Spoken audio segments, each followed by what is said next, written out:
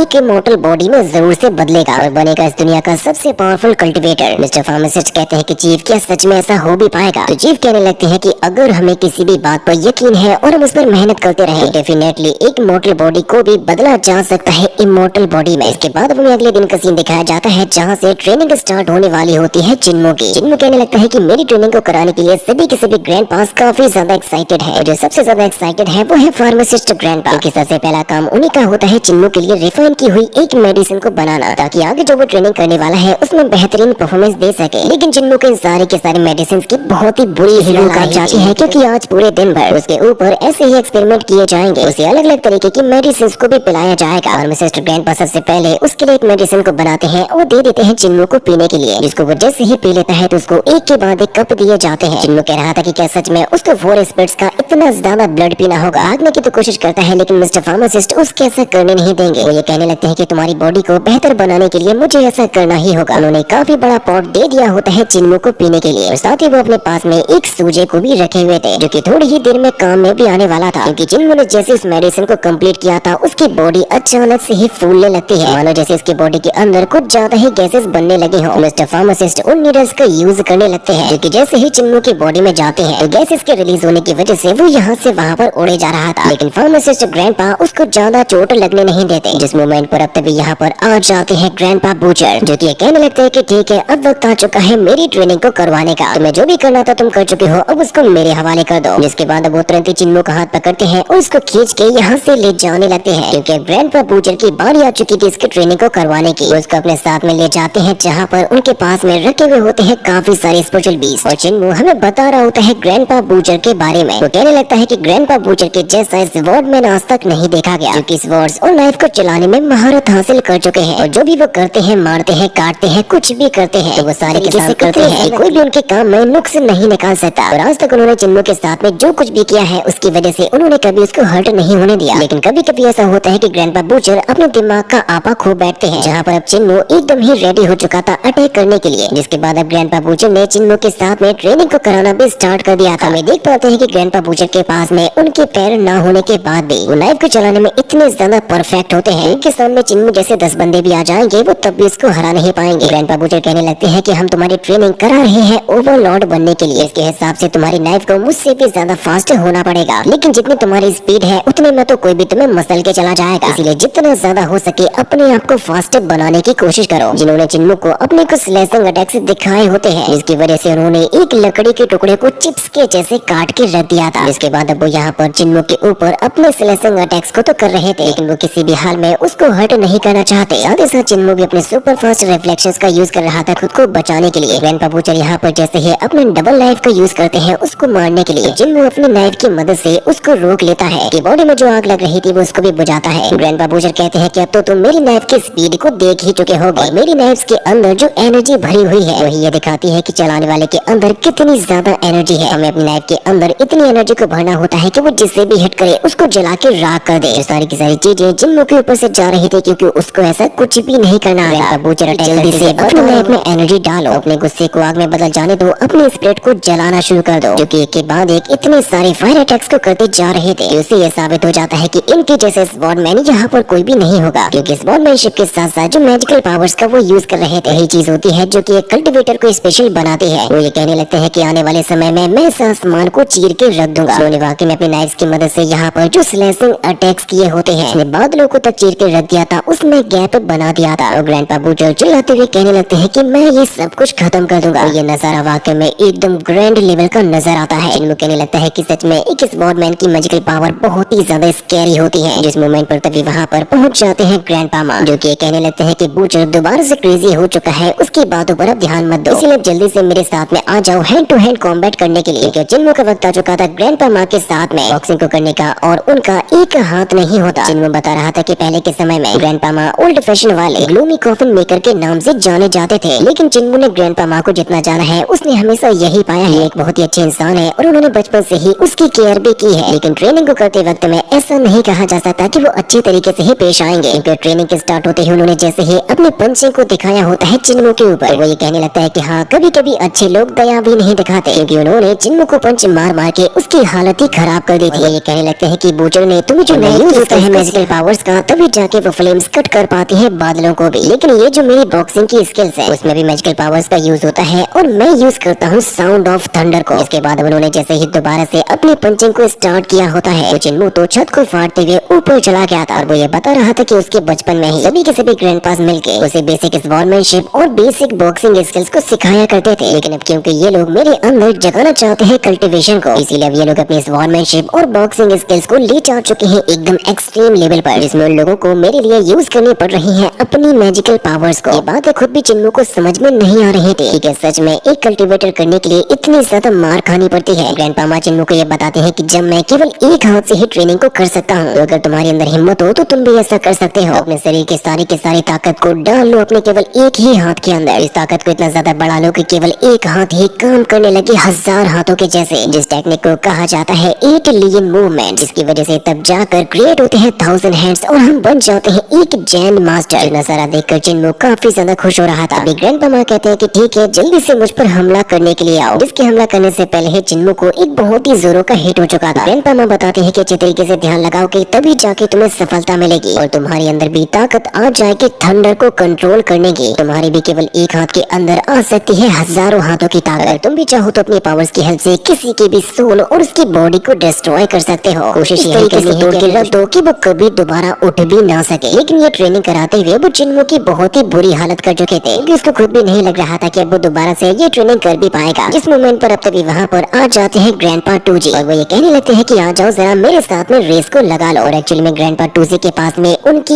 एक लेग नहीं होती। वो जिन्मो को ये समझा रहे होते हैं कि हमें जिंदगी में कभी शिकायतें नहीं करनी चाहिए, कि हर किसी की जिंदगी में कुछ न कुछ कमी तो जरूर होती है। इसके तुरंत बाद ग्रैंडपा 2G जिन्मो को उठाते हैं और यहाँ से ले जाने लगते हैं। जिनके पास में केवल एक लेग होने के बाद भी वो सुपर फास्ट तरीके से भाग सकते थे। जिन्मो बताने लगता है कि ये ग्रैंडपा ऐसे हैं कि इनके चेहरे से कभी भी स्माइल जाती ही नहीं है। साथ ही साथ ग्रैंडपा 2G होते हैं जिन्मो के ही बेस्ट फ्रेंड। जिन्मो बताने लगता है कि पहले मैं ये सोचता था कि शायद ये मुस्कुराते इस वजह से है क्योंकि ये अंदर से खुश होंगे, लेकिन फिर मुझे पता चला कि उनकी तो फितरत ही है मुस्कुराना, क्योंकि वो ऐसे ही मुस्कुराते हुए किसी को भी मार सकते हैं। हवा में उड़ते हुए जिन्मो ग्रैंडपा 2G से ये पूछ रहा था, मुझे बताइए क्या आपके भी पास में बाकी के लोगों के जैसे ही सुपर पावर्स है? ग्रैंडपा 2G उसको बताते हैं कि हाँ बिल्कुल मेरे पास में भी सुपर पावर है और वो है मेरी ही लेग्स, क्योंकि वो अपनी केवल एक लेग की मदद से भी सुपर फास्ट तरीके से भाग सकते हैं। जमीन पे उनकी रफ्तार बहुत ही ज्यादा होती है, अगर वो चाहे वो अपने आप को एक ही जंप के साथ में हवा में भी उड़ा सकते हैं। अब वो जिन्मो को नीचे लाते हुए उससे ये कहने लगे थे, अगर तुम भी मेरे जैसे ही फास्ट हो जाओगे बाकी की दुनिया तुम्हें अपने आप ही स्लो लगने लगेगी। तुम स्पीड और पावरफुल लेग्स के साथ में दीवार पर चढ़ सकते हो, जहाँ पर चाहो वहाँ पर जा सकते हो। तुम चाहो तो पानी की हवा में भी उड़ सकते हो। बस इसके लिए तुम्हें चाहिए पावरफुल लेग्स और सुपर फास्ट स्पीड। तुम्हारी स्पीड इतनी ज्यादा होनी चाहिए कि तुम्हें खुद ही अपने कदमों की आवाज तक सुनाई ना दे। लेकिन जिन्मो तो उनके पीछे भागते भागते काफी ज्यादा थक चुका था और वो ये कहने लगता है कि जब ग्रैंडपा 2G की केवल एक लेग इतनी ज्यादा फास्ट है, तो अगर उनके पास में दोनों लेग्स होती तो वो कितने ज्यादा फास्ट होते। इसकी वजह से अब उसके मन में ये सवाल आया होता है कि आखिर वो कौन होगा जिन्होंने इनकी टांग काटी होगी। साथ ही जो ग्रैंडपा माँ है उनके पंचेस भी बहुत ही ज्यादा पावरफुल होते हैं। ऐसा लगता है जैसे कि उनके सामने कोई भी टिक नहीं पाएगा। फिर आखिर ऐसा कौन होगा जिसकी वजह से उनका एक दूसरा हाथ कट चुका था? ग्रैंडपा बूचर की नाइफ स्किल्स और उनका गुस्सा इतना ज्यादा खतरनाक है शायद ही उनके सामने कोई टिक पाएगा। लेकिन आखिर वो कौन हो सकता है जिसने उनको बीच से ही काट दिया? जिन्मो को अभी तक ये पता ही नहीं होता कि आखिर उसके ग्रैंडपास के दुश्मन है कौन। इसी वजह से ये सभी के सभी ग्रैंडपा बनाना चाहते हैं उसको ओवरलॉर्ड। इसलिए जिन्मो ने भी डिसाइड कर लिया था कि वो किसी भी हाल में स्ट्रॉन्ग तो बन के ही रहेगा। कहने लगता है कि हाँ शायद ऐसा हो सकता है कि मैं अपने ग्रैंडपास के जैसे पावरफुल तो ना बन पाऊं, लेकिन फिर भी उसको चाहे कितनी भी मेहनत क्यों ना करनी पड़े, उसको 100 गुना ज्यादा मेहनत क्यों ना करनी पड़े, वो फिर भी अपने सभी के सभी ग्रैंड पास को उनके दुश्मनों से बचा के ही रहेगा। जैसे ही चिन्मू यहाँ से जाने वाला होता है तो फिर तब इसके पास में चीफ आ जाते हैं और वो ये कहने लगते हैं कि तुम्हारी बॉडी एनर्जी खत्म होने वाली है, इसी वजह से तुम्हें सबसे पहले अपनी ब्रीथिंग स्किल को ठीक करना सीखना होगा। चीजों के बारे में जानने के लिए अब चिन्मू पहुंच चुका होता है चीफ के सामने और वो हमें ये बताने लगता है ये हमारे इस गाँव में रहने वाले सभी डिसेबल लोगों के बॉस, जिनकी नॉलेज और एक्सपीरियंस ज्यादा है। वो कैसी भी बात क्यों न कर ले, चाहे छोटी बात हो या फिर बड़ी बात हो, वो जो भी कहेंगे वो एकदम सही ही होगी। चीफ चिन्मू को ये बताने लगते हैं कि मैंने तुम्हें जो डाओ